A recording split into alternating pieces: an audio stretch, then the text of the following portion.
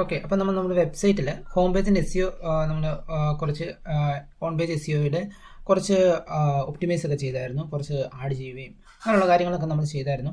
So നമുക്ക് എന്താണ് changes വന്നതെന്ന് നോക്കാം. സോ ഇവിടെ നമ്മൾ കുറേ ഗ്രീൻ ടിക്ക് നമുക്ക് വരാനുണ്ടായിരുന്നു.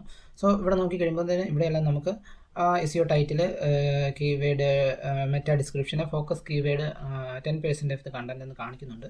സോ അതെല്ലാം ഓൾമോസ്റ്റ് സെറ്റ് ആയിട്ടുണ്ട്.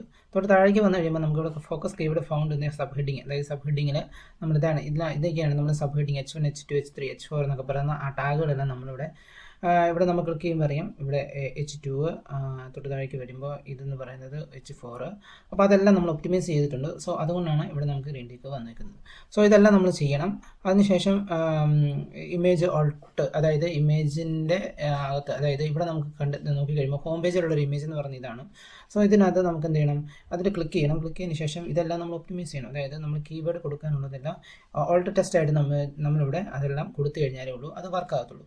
ഓക്കെ, വീണ്ടും താഴേക്ക് വരിക. താഴേക്ക് വന്നു കഴിയുമ്പോഴത്തേനും ഇവിടെ കീവേഡ് ഡെൻസിറ്റി ഈസ് 4.10 എന്ന് പറയുന്നത് നമുക്ക് കാണും. അതായത് ഹൈ ആണ്, അതായത് 5 ടൈം എന്താണ് ഇത് കാണിച്ചിട്ടുണ്ടെന്ന്. സോ നമുക്കെന്ന് വേണമെങ്കിൽ അത് കുറച്ച് കുറയ്ക്കാം.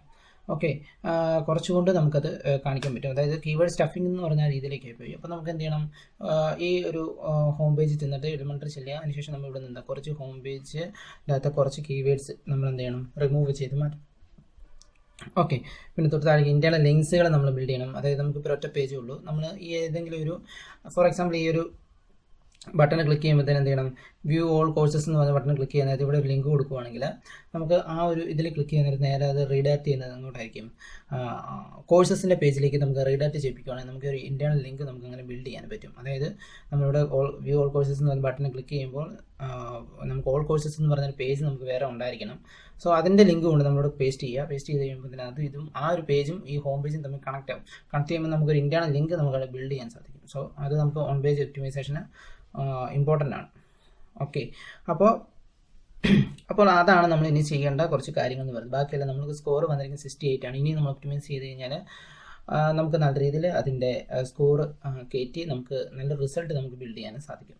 സോ ഇതാണ് നമ്മൾ ഇതിൻ്റെ റിസൾട്ട് എന്ന് പറയുന്നത്. സോ ഇനി നമുക്ക് ഓഫ് പേജിൻ്റെ ആക്ടിവിറ്റീസ് നോക്കണം. ഇങ്ങനെ ഓരോ പേജസും നമ്മൾ എന്താണ് ഒപ്റ്റിമൈസ് ചെയ്ത് എടുക്കണം. ഒരുപാട് ടെക്നിക്കൽ, മെക്കാനിക്കൽ ടാഗ്, അതുപോലെ തന്നെ robot, TXT file, Meta, schema markup, അതുപോലെ തന്നെ സൈറ്റ് മാപ്പ്, ഇതെല്ലാം നമ്മൾ ചെയ്യണം. അങ്ങനെയുള്ള ടെക്നിക്കൽ വൈസ് ആയിട്ടുള്ള എല്ലാ കാര്യങ്ങളും നമ്മൾ ചെയ്യണം. പിന്നെ അത് സെർച്ച് കൺസോളുമായിട്ട് കണക്ട് ചെയ്യണം, ഗൂഗിൾ അനാലിറ്റിക്സുമായിട്ട് കണക്ട് ചെയ്യണം. അങ്ങനെയുള്ള ഒരുപാട് കാര്യങ്ങൾ ചെയ്ത് അതിൻ്റെ ടെക്നിക്കലായിട്ടുള്ള കാര്യങ്ങളെല്ലാം നമ്മൾ ഓക്കെ ആക്കണം. പിന്നെ അതിൻ്റെ ഓൺ പേജ് ചെയ്യണം. പിന്നെ ചെയ്യേണ്ടത് ഓഫ് പേജ് ഒപ്റ്റിമൈസേഷൻ ആണ്. സോ ഇതെല്ലാം നമ്മൾ എന്താണ് ചെയ്യേണ്ടത് വളരെയധികം ആവശ്യമാണ്.